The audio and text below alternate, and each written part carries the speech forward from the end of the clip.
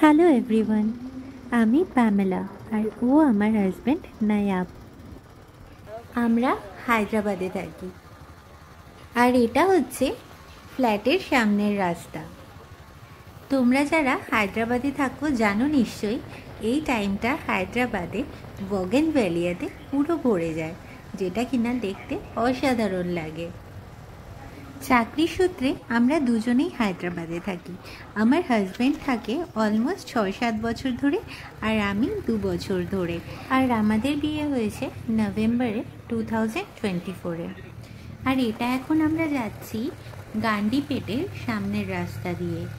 আর আমরা আজকে total cover করেছি 145 কিলোমিটার অন অ্যান অ্যাভারেজ বলতে পারবো। হায়দ্রাবাদ থাকার সূত্রে আমাদের বেশ কটা জায়গা ঘোরা হয়ে গেছে। বেশ কটা কি ধরে রাখুন 90% আমরা কভার করে ফেলেছি।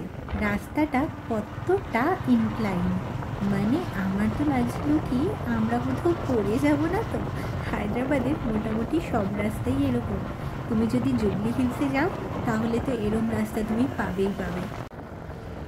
গুগল ম্যাপ আমাদের যে রুটটা সাজেস্ট করেছিল সেটা ছিল অনেক ভেতর দিয়ে। দেখো না, সবাই চাষবাস করছে আর গোটা অসাধারণ সিনারিজ ছিল। এইরকম বোগেনভেলিয়া কত ভালো লাগছে না? তোমার পথে যদি এরকম ফুল বেচানো থাকে মনে হচ্ছিল পুরোটাই একবার ছুঁয়ে দেখি, একবার নেমে পড়ি। কিন্তু রাস্তাটা অনেকটা ফাঁকা ছিল, পাশে খালি জঙ্গল, খালি জঙ্গল। রাস্তা যেন শেষ হওয়ার নামই নিচ্ছিল না। তবে হ্যাঁ, রাস্তার কোয়ালিটি কিন্তু খুব ভালো ছিল।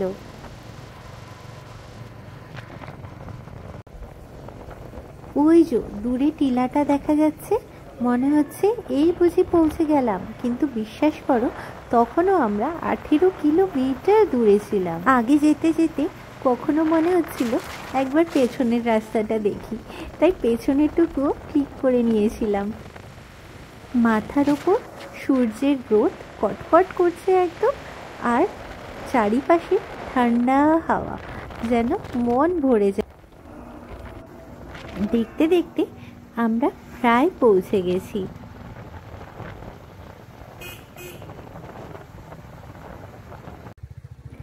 প্রপার অফরোডিংয়ের ফিলটা আমরা অনন্তগিরিতেই পেয়ে গেলাম। রাস্তার অবস্থা দেখো কত খারাপ। একটা পয়েন্টে মনে হচ্ছিল ওকে বলি কি চলো ফেরত চলে যাই, তারপরে ভাবলাম এতটা এসছি ফেরত চলে যাব। আর এটা ওর জন্য ফার্স্ট টাইম ছিল, আমরা এইরকম রোডে কখনো যাইনি। অবশেষে সব বাধা পেরিয়ে ভালো রাস্তায় পৌঁছালাম।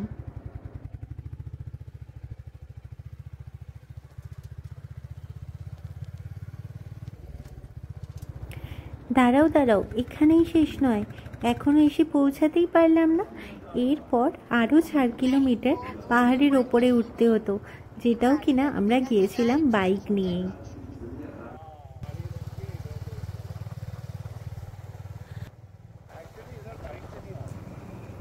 আর ছবিগুলো এমন এমন অ্যাঙ্গেল থেকে তুলছিলাম, মনে হচ্ছিল জঙ্গলের মাঝখানে আমি একাই। এই ভিডিওটা দেখো না।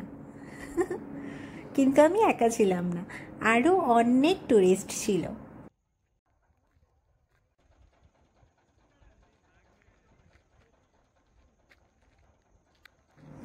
চারিদিকটা দেখে বীরভূমের লাল মাটির কথা মনে পড়ছিল। মাটিগুলো লাল লাল ছিল, আমার জুতোটাও লাল হয়ে গিয়েছিল আর আমার পাটাও লাল হয়ে গিয়েছিল।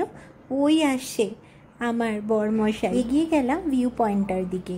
এটা অ্যাকচুয়াল ভিউ পয়েন্ট ছিল না, ছিল একটা ওয়াচ টাওয়ার, কিন্তু সেটা অনেক উপরে ছিল। আর আমরা যেই টাইমে গিয়েছিলাম ওই টাইমটায় এটা কভার হতো না। আমি জানি না আমার ফোনের ক্যামেরাটা এটাকে জাস্টিস করতে পারছে কিনা, মানে এই ভিউটাকে। কিন্তু ট্রাস্ট মি, যদি তুমি হায়দ্রাবাদে আছো একবার যাও, ভিউটা দেখে মন ভরিয়ে নাও। ওয়াচ টাওয়ার থেকে আরও হয়তো সুন্দর লাগবে ভিউটা, কিন্তু আনফর্চুনেটলি আমাদের হয়তো এবার হলো না। আর এদিকে আমি কটা ফটো ক্লিক করব বলে নিজেকে ঠিক করছিলাম। চেষ্টা করেছিলাম ওয়াচ টাওয়ারের দিকে যাওয়ার। বিশ্বাস করো অনেকটা ওপরে ছিল, রাত্রিবেলা থেকে যেতে হতো, কিন্তু আমরা প্রিপারেশন নিয়ে যাইনি কি রাত্রে থাকবো। রওনা দিয়ে দিলাম বাড়ির উদ্দেশ্যে। এবার হচ্ছে আমাদের বাড়ি ফেরার পালা। দাঁড়াও দাঁড়াও, এখনো শেষ হয়নি। শেষে আছে কটা খুব সুন্দর সুন্দর ছবি, দেখো, আশা করি ভালো লাগবে। পরেরটা আরও ভালো করার চেষ্টা করব, কথা দিলাম। যদি ভালো লেগে থাকে ভিডিওটাকে শেয়ার করো সবার সাথে। জানি অতটা ভালো ক্যাপচার করতে পারিনি, আশা করছি পরের বার খুব ভালো করে ক্যাপচার করব।